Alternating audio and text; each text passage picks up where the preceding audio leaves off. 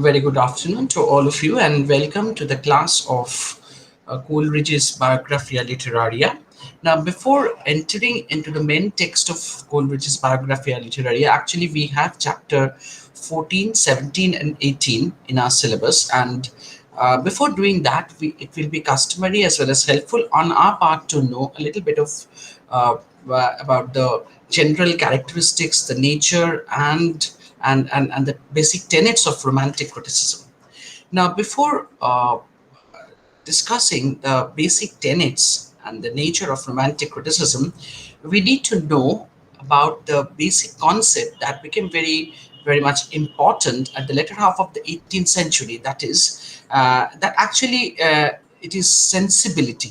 The awakening of sensibility is the most radical change that we find in the latter half of the 18th century. Now, sensibility primarily means what? It primarily means the power of generation or perception.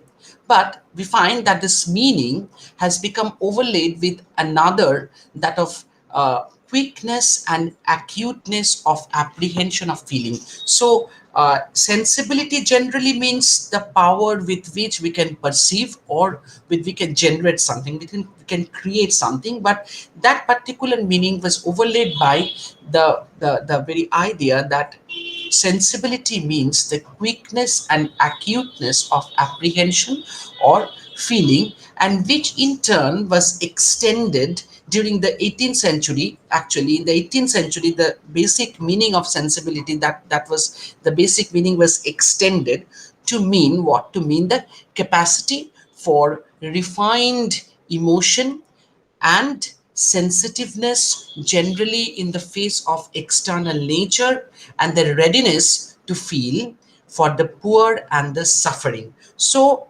this particular ideas were entailed with the very concept of sensibility, and this extension of the meaning of sensibility gave birth to the basic ideas of romanticism as well as romantic criticism. Okay, now rationalism, which was a very key idea during the Augustan period or Augustan era or the 18th century, that and the too much importance on order, discipline, and respect for tradition and authority, which was the main thing that we find in the Augustan period, and which was very seriously inculcated, that no longer satisfied the creative writers as well as the general readers. The commonly held assumptions about man, God, and society that was very much in vogue during the Augustan period were breaking down, and the writers were thrown back on their own reactions and responses to the facts of life. So they were trying to find out their own way, breaking the very traditional ideas about the relationship between man, God, and society. Reason failed to answer the fundamental questions about the mystery of life, and so we find that the stress was shifted to imagination and emotion as safer guides to truth. So the shifting, we find that during the later half of the 18th century there was a shift in the general belief, there was a shift in the general relationship between man, God, and society, and more importance was given on imagination and emotion, and which we find that there was a shift from traditional beliefs and respect for order and the conventionality. Now, sensibility in its various manifestations was the contemporary expression of what Dr. Johnson said, the hunger of the imagination which preys incessantly on life. So, actually, imagination which is born out of life. So, imagination was given due importance, or imagination was given more importance. It was something which was more focused upon. This awakening of sensibility. So, sensibility was. The meaning of sensibility was extended from what it actually or traditionally meant, and it was given a new idea which formed the basic nucleus of romanticism, and later it gave birth to a new tradition of literary productions, literary works, as well as literary criticism. So this awakening of sensibility accounts for the change that comes both over literature and literary inquiry in the latter half of the 18th century. And the neoclassical dogma that we find in the Augustan era is felt to be too cramping. It was too cramping, lifeless, and narrow. And writers turned to a freer mode of self expression. So, self expression and freedom was very important that we find at that during the latter half of the 18th century, which gave birth to Romantic movement. Now, what were the causes of this birth of the or this emergence of Romanticism and Romantic literary criticism? Now, love of liberty is the basic thing that actually was instrumental in giving birth to Romantic movement, and liberty is something which was ingrained in the English temperament. So hence we find that the English could not servilely follow for any length of time the neoclassical rules, because they were very cramping, lifeless, and that was very much servile, and English people and the English temperament was against any kind of servitude for a long time. Okay, as under the current of liberalism, it is noticeable even at the time when neoclassicism was as its height. So we find that when neoclassicism was as its height, at its height, and neoclassicism, which wanted the literary artists to follow certain rules and conventionality, even at that time, we also find that there was a basic tendency of the English temperament to follow their own will, to exercise their liberty and freedom. Now, this temperamental leaning towards liberalism, which was very much fed and nourished by Longinus, so there was a growing interest in Longinus and his work on the Sublime, which has been translated into French towards the close of the 17th century. In 17th century, Longinus's on the Sublime was translated, and it was widely read in England. Now, Longinus, in his essay on the Sublime, emphasized on transport. Now, transport and enthusiasm has had a far reaching impact both on the creative and critical literature. So, what is transport? Which actually, transport means there is a movement, there is a dynamism in thing, which actually is forced by the liberal beliefs and ideas. So, a literature to attain sublimity must have the power of transportation. If the French Revolution and the American War of Independence, these two political events were further, which these two events, political events, further fostered the spirit of free thinking, and which actually inspired the later romantics also to walk through a new path of literary creation as well as criticism. Love of political independence led to the rise of the spirit of free inquiry. So this love of political independence that also forced the English mind to to exercise free inquiry. The pseudo-classical rules were questioned and their limitations were exposed. Writers like to create unhampered by rules and conventions. So writers wanted to break free, or wanted freedom from the rules and conventions, and the critics wanted to judge according to their own light. So all these actually made the very base for Romantic movement. Now, the medievalization movement about the middle of the 18th century was also a very important cause for the emergence of Romantic movement. That this medievalization actually led to a revival of interest in old English masters. So we find that the reputation of Spenser and Shakespeare increased, and that of Pope and others, they became less important to the Romantic thinkers and Romantic critics and Romantic artists. There was fresh thinking on the subject of literary appreciation. So they wanted to appreciate the literary productions and the literary pieces from a very new perspective. And the German influence that we will discuss while reading Coleridge's Biographia literary, and that how the German influence and German philosophy, the associationist philosophy, they actually were instrumental in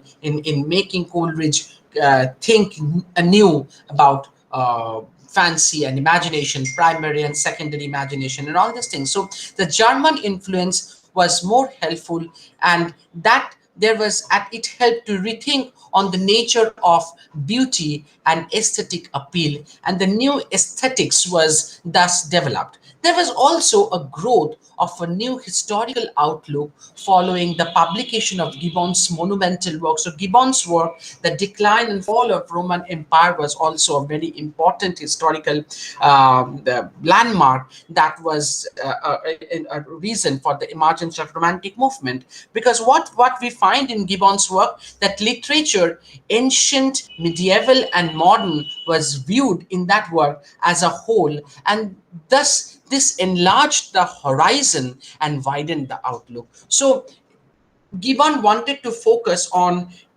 in literature, ancient literature, medieval literature, and modern literature as a whole, and this actually enlarged the horizon and widened the look. The rise of Romantic criticism was also helped by the reviews. So reviews were very important. The reviewers judged works of literature by not following the tenets and the rules that were laid down by the traditional masters, but they focused on reviewing the literature from their own point of view, from their own way of thinking, from their own way of entering into the text. Thus, there was the rise of Impressionism and individualism, which is the keynote of Romantic criticism. So, increasingly, men of genius like Wordsworth and Coleridge voiced their protest against neoclassicism. That was a very important point. And through their critical pronouncement, laid the foundations of Romantic criticism. They gave a definite program and consciousness to the Romantic movement. So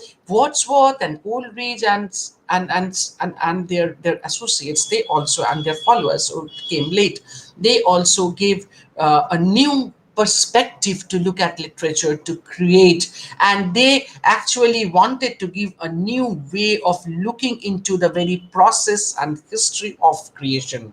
Now this actually was very important. This particular the rise of this new genius, the men of genius, were also a very important cause behind this emergence of Romantic criticism and Romantic movement. Thus, under the superficial calm of the 18th century, there was the new forces were coming, and an undercurrent of change was flowing, which burst into life with the publication of Wordsworth's preface to the lyrical ballads in 1798. So that gave a new way, that emerged as a revolution in the very field of thinking, in the very in the very arena of thinking. And we find that neoclassicism gave way to Romantic movement and Romantic criticism.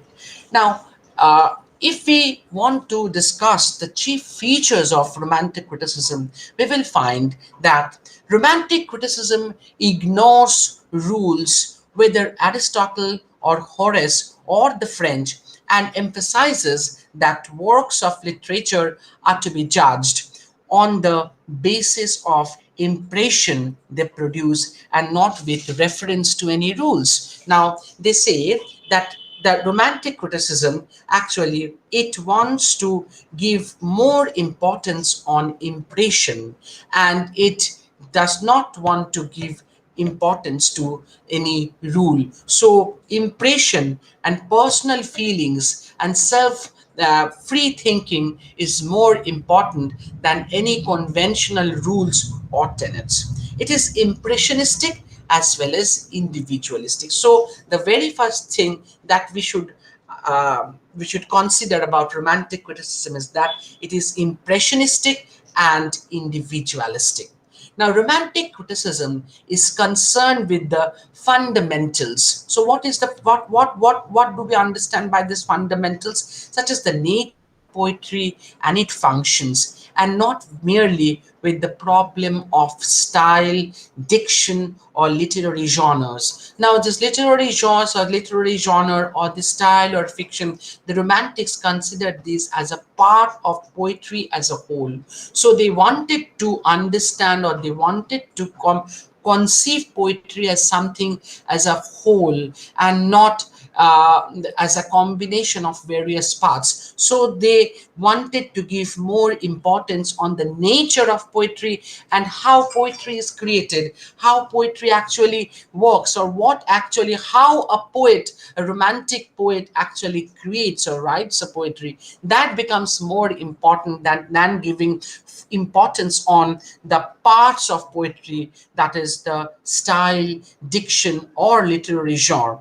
Emphasis is laid on imagination and emotion and not on reason. So this is what we have discussed right now, that reason and good sense were not given due importance, but they gave more focus, they more focused on imagination and emotion. Now, Romantics wanted to redefine poetry. Now, they felt that poetry is no longer as something as a mere imitation or invention, but poetry appears to them as the expression of emotion and imagination. So they felt that poetry is not mere imitation or invention, but it is an expression of emotion and imagination. Inspiration, intuition were given more importance rather than on rules, and they are regarded as the true basis of creation. So intuition and inspiration were regarded as the true basis of creation.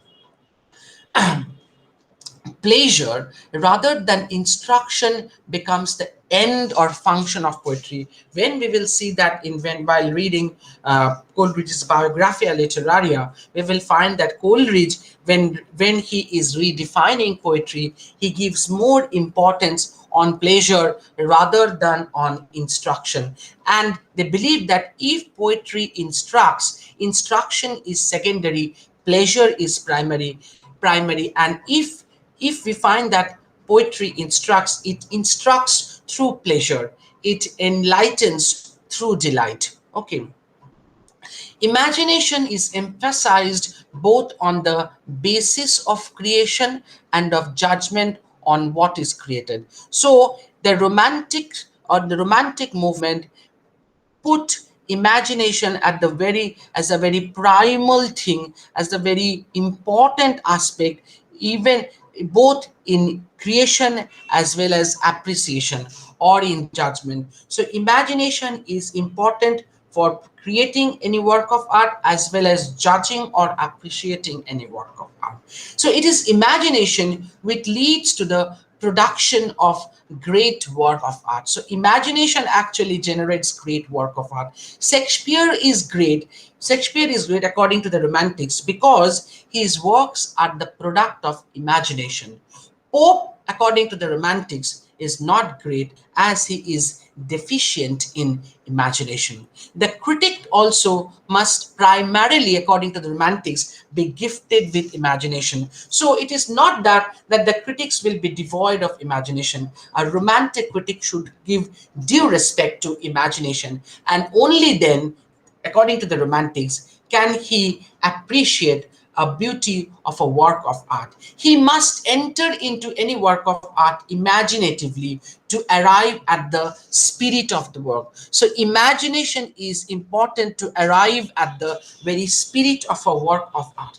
Views on poetic diction and versification undergo a radical change. So there was a radical change. We will discuss all these things when we will read Biographia Literaria, that there was a change in the understanding and looking at poetic diction and versification. So simplicity is emphasized both in theme and treatment. So thematically and stylistically, they gave more importance on simplicity. Romantic criticism also is creative, just like romantic creation. It is as much the result of imagination as a work of literature. Critics express their views after entering imaginatively into the thoughts. So critics, they express their views after they imaginatively enter into the very thoughts and feelings of the writer and try to arrive understand the very spirit of that work of art. Another very important thing that we will find as the very important feature of romantic movement, that is the influence of Wordsworth as and Coleridge. So they had a far-reaching influence, and Wordsworth's preface to the lyrical ballads is an unofficial manifesto of the romantic movement. Why? Because it throws out hints and makes suggestions. Actually, it gave the very out the very basis of the romantic movement, and it gave and it helped the romantics to follow uh, to perceive how imagination works and to understand the very nature and function of poetry. So Wordsworth was the first in many fields. He stimulated interest and controversy, and both Wordsworth and Coleridge, they jointly wrote the preface to the lyrical ballads, and later Coleridge differed with Wordsworth in understanding and in studying and analyzing and appreciating the very nature and function of poetry. And when we will study Coleridge's Biographia Literaria, we will also study that how Coleridge criticized Wordsworth in understanding the very nature and function and poetic diction and style of poetry.